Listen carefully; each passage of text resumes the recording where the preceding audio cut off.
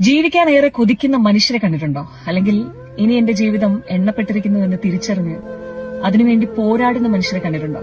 ആ പോരാളികളെ ഞങ്ങൾക്കറിയാം. Thiruvananthapuram regional cancer സെന്ററിൽ വന്നാൽ നിങ്ങൾക്ക് അത് നേരിട്ട് കാണാൻ പറ്റും. പക്ഷേ കഴിഞ്ഞ 4 വർഷങ്ങളായിട്ട് ഞങ്ങളൊരു സ്ഥാപനം നടത്തുന്നുണ്ട്, സനാഥാലയം ക്യാൻ കെയർ സെന്റർ. സൗജന്യമായിട്ട് ഈ ട്രീറ്റ്മെന്റ് ടൈമിൽ ഭക്ഷണവും താമസവും ഒക്കെ ഒരുക്കിയാണ് ഞങ്ങളത് കൊടുക്കുന്നത്. അതുകൊണ്ട് തന്നെ 800-ലധികം മനുഷ്യരെ നേരിട്ട് കാണാനും അവരോടൊപ്പം ജീവിക്കാനും ഒക്കെ സാധിച്ചിട്ടുണ്ട്. അവരുടെയൊക്കെ കണ്ണുകൾ തിളങ്ങും. കാരണം ജീവിക്കാൻ കൊതിയാണ്. പക്ഷെ ഓരോ ദിവസവും കീമോയും റേഡിയേഷനും ഒക്കെ കഴിഞ്ഞിട്ട് അവർ തിരിച്ചു വരുമ്പോൾ ആ കൊതിയുടെ ആഴം കുറയും. കാരണം വേദന അമ്മാതിരി അവരെ ബാധിക്കുന്നുണ്ട് എന്നുള്ളതാണ്. വായിലാണ് ഇപ്പോ അർബുദം ബാധിച്ചതെങ്കിൽ ഒരുപാട് കഴിക്കാൻ ആഗ്രഹിക്കുന്ന, ഒരുപാട് കാര്യങ്ങൾ എക്സ്പ്ലോർ ചെയ്യാൻ ആഗ്രഹിക്കുന്ന മനുഷ്യരാണ് അവർ. ഒരുപാട് ഭക്ഷണം കഴിക്കണം, കപ്പയും മീനും ചോറും, അവരാഗ്രഹിച്ച സംഭവങ്ങളെല്ലാം കഴിക്കണം എന്ന് ആഗ്രഹിക്കും. പക്ഷെ തൊണ്ടയിലാണ് ക്യാൻസർ എങ്കിൽ കീമോയും റേഡിയേഷനും ഒക്കെ ചെയ്യുന്ന സമയത്ത് ഗ്രാജുവലി അവരുടെ തൊണ്ടയൊക്കെ ഒന്നും കഴിക്കാനോ ഇറക്കാനോ പറ്റാത്ത അവസ്ഥയിലേക്ക് പോകും.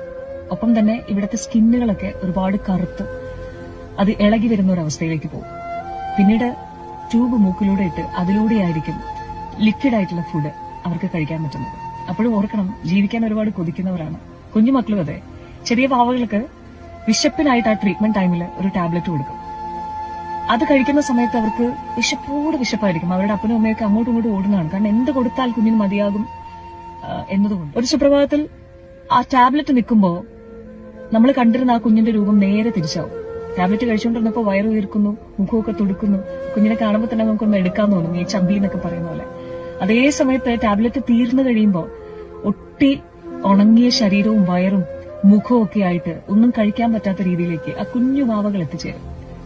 ക്യാൻസർ അത്രയും മാത്രം മനുഷ്യനെ കാർന്നു തിന്നുകൊണ്ടിരിക്കുന്ന അന്നും ഇന്നും അതെ സാഹചര്യമാണ്. വീണ്ടും പറയുന്നു, ചെറിയ പ്രശ്നങ്ങൾ വരുമ്പോൾ പോലും ജീവിതം അവസാനിപ്പിക്കണം, എന്റെ ജീവിതം കഴിഞ്ഞു എന്ന് വിചാരിക്കുന്ന ആരോഗ്യവാന്മാരായിട്ടുള്ള മനുഷ്യർ നിങ്ങളോടാണ്. നിങ്ങൾക്ക് കിട്ടിയിരിക്കുന്ന ഏറ്റവും വലിയൊരു വരമാണ് ഈ ഒരു ലൈഫ് എന്ന് പറയുന്നത്.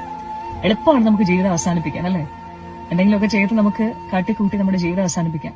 പക്ഷെ മറുസൈഡില് ജീവിക്കണമെന്ന് ആഗ്രഹിക്കുന്ന, പ്രിയപ്പെട്ടവരോടൊപ്പം ഇനിയും ഒരുപാട് കാലം എനിക്ക് മുന്നോട്ട് പോകണമെന്ന് ആഗ്രഹിക്കുന്ന ഒരുപാട് മനുഷ്യരുണ്ട്. ഈ ട്രീറ്റ്മെന്റിലൂടെ കടന്നു പോകുമ്പോൾ മറ്റൊരു പ്രശ്നം എന്ന് പറയുന്നത്, ആദ്യം അവരുടെ മുടി കൊഴിഞ്ഞു തുടങ്ങും, പിന്നീട് അവരുടെ ശരീരം ക്ഷീണിച്ചു തുടങ്ങും, പിന്നെ അവരുടെ കണ്ണെത്തുന്നിടത്ത് മനസ്സെത്തത്തില്ല, മനസ്സെത്തുന്നിടത്ത് ശരീരം എത്തുന്നില്ല എന്നൊരവസ്ഥയാണ്. കട്ടിലിൽ നിന്ന് എഴുന്നേൽക്കാൻ പോലും പറ്റാത്ത അവസ്ഥയിലേക്ക് കടന്നു പോകും. അവരെ പോലെ തന്നെ അവരുടെ പ്രിയപ്പെട്ടവർ ഒരുപാട് സങ്കടപ്പെടുന്ന ദിവസങ്ങളും നിമിഷങ്ങളുമാണ് ശേഷമെന്ന് പറയുന്നത്. ഒരിക്കൽ കൂടി ഓർമ്മപ്പെടുത്തട്ടെ, ജീവിക്കണമെന്ന് ആഗ്രഹിക്കുന്ന ക്യാൻസർ പേഷ്യൻസിനെ നേരിട്ട് കാണുകയും അവരോടൊപ്പം ജീവിക്കുകയും ചെയ്യുന്നത് കൊണ്ടാണ് എനിക്കിത് പറയാനാവുന്നത്. ജീവിതം ഒന്നേ ഉള്ളൂ. ആരോഗ്യത്തോടെ സന്തോഷത്തോടെ